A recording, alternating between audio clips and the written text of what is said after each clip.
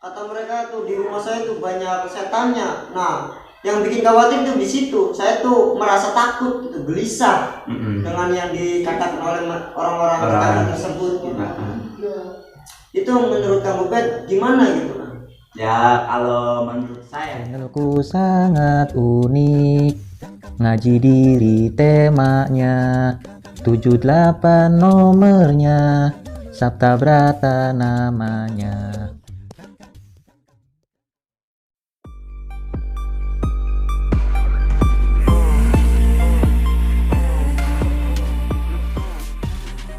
Assalamualaikum warahmatullahi wabarakatuh. Salam salim, Salam istiqomah dulu. Salam sejahtera, semangat terus bagi yang sedang belajar memperbaiki diri lebih baik lagi. Jumpa lagi dengan kami di tim Sabta Barata.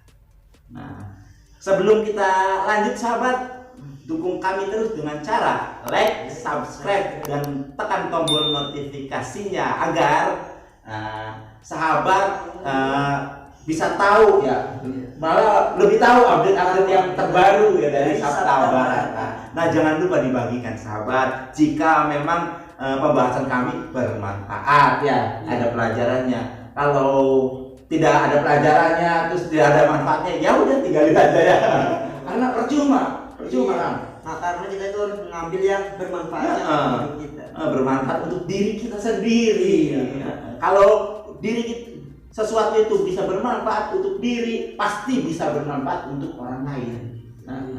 Kalau sesuatu itu bisa bermanfaat untuk orang lain, belum tentu bisa bermanfaat untuk diri sendiri. Nah, sahabat, sekarang saya lagi bersama dengan Kang Muiz. Muiz siapa? Abdul Muiz. Nah, udah lama saya nih Kang nggak sharing-sharing, ngobrol ngaji bareng teman-teman yang lain. Nah, terus hari ini ya Kang Muiz itu ingin sharing sahabat, ingin sharing. Nah, menurut saya berpikir, kayaknya sayang banget nih sharingnya kalau nggak direkam. Biar bermanfaat ya, nggak apa-apa ya. Iya. Jadi gimana Kang? Sharing-sharingnya mau bahas tentang apa nih Kang? Tentang masalah yang goib-goib, Kang. Oh, jadi sahabat ini masih di tema yang lalu membahas tentang masalah. Nah, ini masalah Kang Muiz. Nah, jadi kata Kang Muiz tadi permasalahan tentang goib-goib. Wah, ada goibnya Kang sahabat. Nah, coba bagaimana nih ceritanya Kang? Sampai sekarang masih tertekan. Tertekan. Karena ada orang itu yang bercerita, yang menekan. Iya, yang menakutkan saya gitu. Iya. Gara-garanya gini, Kang. Kan dulu tuh, ya bukan dulu sih, masih sekarang gitu. Ya minggu-minggu ini ya? Iya, minggu ini. Ada rumor dari tetangga gitu. Katanya pernah melihat, bilang ke saya bahwa pernah melihat sesosok kayak apa ya, kayak hantu gitu, setan maksudnya. Udah tinggi Ya nggak tahu sih apa kata mereka lah. Kata mereka tuh di rumah saya tuh banyak setannya. Nah, yang bikin khawatir tuh di situ. Saya tuh merasa takut, gitu, gelisah dengan yang dikatakan oleh orang-orang tetangga tersebut. Gitu. Itu menurut kamu Bet gimana gitu? Ya kalau menurut saya ya, Iya. ya kita itu harus memandang sesuatu itu jangan sebelah mata. Nah, kita menilai sesuatu, memandang sesuatu itu harus bijak, harus dengan kedua-duanya, melihat dengan kedua-duanya. Coba kita pandang dengan kedua sisi, seperti itu. Nah, orang tadi lah, dibilang kan orang-orang tadi lah bilang kepada Kang Muiz bahwa di rumah Kang Muiz itu, atau melihat di rumah Kang Muiz itu ada sesosok, hantu lah, sosok yang menakutkan. Nah, di situ Kang Muiz takut. Ya, nah coba Kang Muiz belajar bijak di dalam diri Kang Muiz. Nah, sebelum orang itu mengatakan bahwa di rumah Kang Muiz ada sesosok yang menakutkan, bisa digaris miring itu mengganggu lah ya. Karena takut sih. Iya, soalnya bikin takut gitu. Bikin takut. Nah, sebelum mendengarkan ucapan tadi, apa Kang Muiz merasa terganggu? Tidak, soalnya tidak tahu sih Soalnya tidak tahu ya. Iya, tidak tahu apa-apa. Nah, sebelum mendengarkan orang tersebut berbicara tentang pengalamannya bahwa melihat ya sesosok. sosok. Iya. Kamu itu bisa biasa saja. Iya. Tapi ketika mendengarkan orang tadi bilang berbicara bahwa di rumah kamu itu ada sesosok hantu, sesosok yang menakutkan. Nah, itu di situ Kang Muis langsung kaget ya, takut ya. Wah aja gitu. Coba kita kaji. Permasalahannya itu gimana? Coba dikaji. Gimana? Nah, kalau kita belajar bijak, permasalahannya itu bukan di hantunya. Ya. Ada dan tidak adanya kan, kalau tidak ada yang bilang kamu biasa aja. Ya kan? Iya betul. Tapi ketika orang itu ngomong, ya kamu takut. Sebenarnya yang dipermasalahkan itu sebenarnya itu bukan hantunya. Berarti apa tuh Kang? Ucapannya. Ucapannya. Jadi ucapan orang itu menimbulkan tekanan di dalam pikir kita. Akhirnya, kita itu Selalu merasa tertekan. Nah tadi kan saya itu merasa tertekan. Jadi ucapan itu membawa tekanan di dalam pikir. Nah akhirnya kan risih, resah. Nah kalaupun memang benar adanya, ya Kang ya. Kalaupun memang benar adanya, nah dari pengakuan kamu saja tadi itu sudah menjelaskan. Ya. Sebelum orang berbicara tentang adanya hantu di situ, di posisi itu, rumah itu, kamu biasa saja. Tapi ketika berbicara, orang itu berbicara baru takut. Nah, itu hanya sebatas mindset, tekanan di dalam diri. Sabab. Mereka itu hanya sabab dari ketakutan kamu. Nah, perasaan takut itu adanya bukan di setannya, adanya di dalam diri kamu sendiri. Coba kamu menganggap biasa saja. Sebelum tahu ya kan waktu sebelum tahu kan itu kan nggak ada anggapan bahwa di situ ada setan, ada ini, ada itu, biasa saja. Tapi ketika mendengarkan, akhirnya kepikiran, menimbulkan tekanan di dalam pikir, takut jadinya. Nah itu hanya sebatas mindset. Orang itu hanya perantara dari ketakutan yang dialami kamu iya. Jadi setan ini itu apalah namanya itu tidak menakutkan kamu. Dan sebenarnya itu ada enggak gitu. Ada dan tidak adanya orang itu kan penilaiannya berbeda-beda ya kamu ya. Ada yang menganggap sosok itu tidak ada, dan ada juga yang menganggap bahwa sosok itu ada. Ya. Nah, sebenarnya itu benar semua menurut prasangkanya masing-masing. Kalau dibilang ada ya ada, kalau dibilang tidak ada ya tidak ada. Gitu. Nah, ini maksudnya sosok halus yang mewujudkan sosok wujudnya di dunia kita manusia ya. Iya. Ya. Bukannya yang tertulis di dalam penjelasan Allah ya, di dalam kitab ya. Nah, kalau yang di dalam kitab kan bahwa dunia kita dan dunia jin, dunia bangsa halus itu ada pembatas. Ingat, ada pembatas. Ya, ada pembatas kan? Yang dijelaskan. Iya.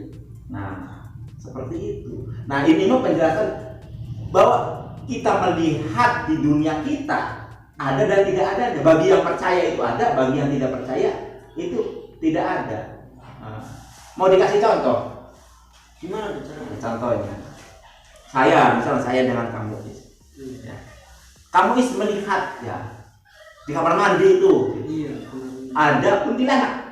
Kamu kaget, merasa takut, bahwa di kamar mandi itu ada kuntilanak. Tapi saya biasa aja. Kata kamu itu kamu itu di situ ada kuntilanak. Nah, saya kan akhirnya merespon ucapan kamu di mana? Nggak ada. Nah, itu kuntilanak itu kan menjadi pertanyaan ada dan tidak adanya itu seperti apa? Penjelasannya bagaimana? Ada bang, menurut kamu karena kamu melihat. tidak ada menurut saya, karena saya tidak melihat. Nah, kalau kita tidak memandang sebelah mata, memandang kedua-duanya, seharusnya ada. Kan wujud ya, wujud ya. Iya. Wujud, kan wujudnya dohir. Iya. Ya, kalau mendokir itu semua itu bisa melihat.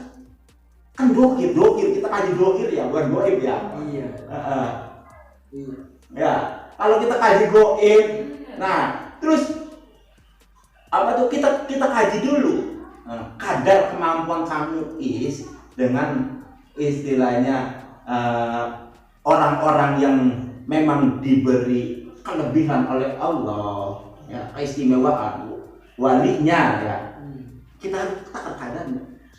Sedangkan kamu itu keseharian itu seperti apa? Ya, kita harus takar kadarnya. Seperti itu. Lah kalau contohnya saya bisa melihat seperti ini nih. Saya aja orang gak bener. Ya. Terus bagaimana tuh menurut orang yang melihat gitu? Kan dalam kita menerangkan dibatas. Iya. Tapi kenapa orang itu bisa melihat gitu kan? Nah, itu hanya mindset. Oh, mindset orang itu. Tekanan rasa takut orang tersebut. Iya. Jadi kalau di bahasan seperti berhalusinasi ya bisa jadi berhalusinasi kan dari tekanan. Nah, contoh yang lebih gamblangnya ada lagi. Kamu misalkan suka sama cewek perempuan, ya. Sosok wanita yang cantik yang kamu sudah idamkan. Nah, kamu itu kepikiran saking sukanya. Nah, otak kamu itu fokus kepada satu titik wanita yang kamu sukai sampai apa tuh dedelengan kalau bahasa ini, bahasa di sini dedelengan, bahasa Indonesia apa? Kekatonan tuh apa ya, sama aja. Kekatonan dedelengan. Apa ya? Lupa. Ya, sampai seolah-olah terwujud lah, salah mewujudkan diri. Nah, sampai di lagu Jawa juga ada lagunya. Apa tuh? Leng ayam kaya sira, leng entong kaya sira, leng bebek kaya sira, leng tembelak kaya sira. Ya, seolah-olah ya. Jadinya seolah-olah melihat apa saja itu seperti apa yang kita pikirkan. Karena tekanan pikir kepada satu titik. Nah, tadi orang itu melihat karena dirinya itu dalam tekanan di satu titik bahwa di kamar mandi itu ada sesosok. Akhirnya dedelengan. Apa ya? Akhirnya kekatonan. Iya. Kelihatan lah ya. Seolah-olah itu ada. Seperti itu. Nah, itu hanya tekanan dari rasa takut. Kok kenapa bisa terjadi seperti itu? Sebenarnya tekanan seperti itu tuh sudah diwariskan oleh leluhur orang terdahulu, bahwa kuntilanak itu seperti ini, kuntilanak itu pocong itu seperti itu, dan ceritanya itu menakutkan, dan di TV semua itu sebenarnya bisa menimbulkan mindset. Nah, kita manusia hidup di dunia ini tidak jauh dari mindset, dari tekanan pikir, tidak lepas.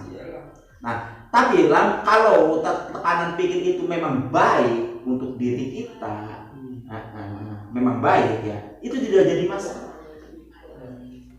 Tapi kalau itu membahayakan diri kita, itu berbahaya sekali. Ya itu masalah. Ya tadi juga masalah di rumahnya ada hantu.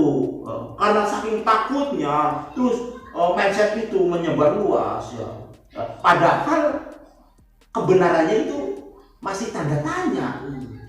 Sampai-sampai terjadi rumah itu dirobohkan. Itu siapa yang rugi? Yang punya rumahnya. Ya iyalah, orang lain mah hanya ngomong, hanya memberikan tekanan. Ya enggak? Nah, itu yang merugikan. Seharusnya kita belajar bijak, jangan sampai merugikan orang lain. Kalau tahu ya udah, tahu sendiri aja. Kalau misalkan orang itu tahu, ya udah. Ya, kalau orang itu melihat ya udah, buat dirinya sendiri. Tiba kamu itu biasa aja sebelum dia menceritakan. Ketika dia menceritakan kepada kamu, ya, akhirnya Pak kamu tertekan, itu menjadi masalah. Ya. Masalah di dunia ini ya, ulahnya kita manusia. Kerusakan di darat maupun di lautan itu ulahnya manusia. Itu sudah tertulis itu. Yang ngerti, yang mondok mah pasti paham lah ucapan beta. Paham. Saya emang nggak ngerti, nggak paham kami. Jadi kerusakan itu ulahnya tangan-tangan manusia. Nah, kita memandang itu jangan sebelah mata. Penilaian seperti ini, seperti itu ya ulahnya manusia. Seperti manusia itu selalu berulah. Ya contohnya tadi, lagi enak-enak tenang-tenang, kok tiba-tiba jadi takut, kan rugi. Akhirnya tidur di rumah gak berani. Kalau dihitung ya, misalkan dihitung persentasinya, orang itu melihat sesosok makhluk di rumah kamu itu jam berapa? Kata orang tersebut sih malam, sekitar jam 12-an. Perkiraan. Iya. Naik turunnya itu jam 12 patokannya lah. Iya. Mungkin bisa jadi jam 11, jam 11 lebih atau jam setengah 1. Pokoknya patokannya di situ. Iya. Melihatnya dan menceritakan kepada kamu itu jam siang. Jam berapa? Jam 2. Jam 2 siang. Iya. Nah, coba kita belajar di situ. Kita kaji. Sebelum orang itu menceritakan kamu biasa aja. Ya, seharusnya ya kamu itu sudah merasakan tekanan, tiba-tiba takut, tiba-tiba seperti ini, atau merasa ya, ada sesuatu yang janggal, tapi itu biasa aja. Nah, persentasinya 20% ucapan orang tersebut itu benar, dan 80% ucapan orang tersebut itu tidak benar. Jadi besar yang mana persentasinya? Tidak benar. Tidak benar, karena unggul tidak benar itu 80%. Seperti itu. Tapi kembali lagi kepada kamu, ada yang orang yang percaya, ya terserah. Ya, terserah, karena dirinya terserah kepada dirinya, apakah dia mau mengadopsi tekanan rasa takut itu atau dianggap biasa aja. Nah, seperti itu. Paham? Jelas ya. Sekarang udah lebih tenang kalau udah tahu ini. Ya, syukur. Jadi intinya, jadi kita itu harus bijak. Jangan menilai sesuatu, menganggap sesuatu itu benar sebelum kita tahu akurasinya, kebenarannya. Kita harus kaji, kita harus belajar mengkaji permasalahan. Jangan menilai sesuatu itu dari katanya, tapi akurasi dengan bukti kebenarannya. Kalau memang benar ada, kalau memang benar ada di rumah itu ada sosok seperti itu, tapi sebelum orang itu berbicara, kamu biasa saja. Berarti sosok itu tidak mengganggu, mengganggu sahabat dianya saja, tidak masalah. Jadi harus bijak dan positif, berarti positif. Ada tidak adanya tidak masalah.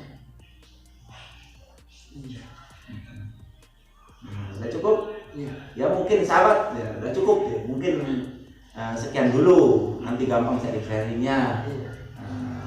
Sharing-sharingnya nanti kita bisa lanjutkan kembali.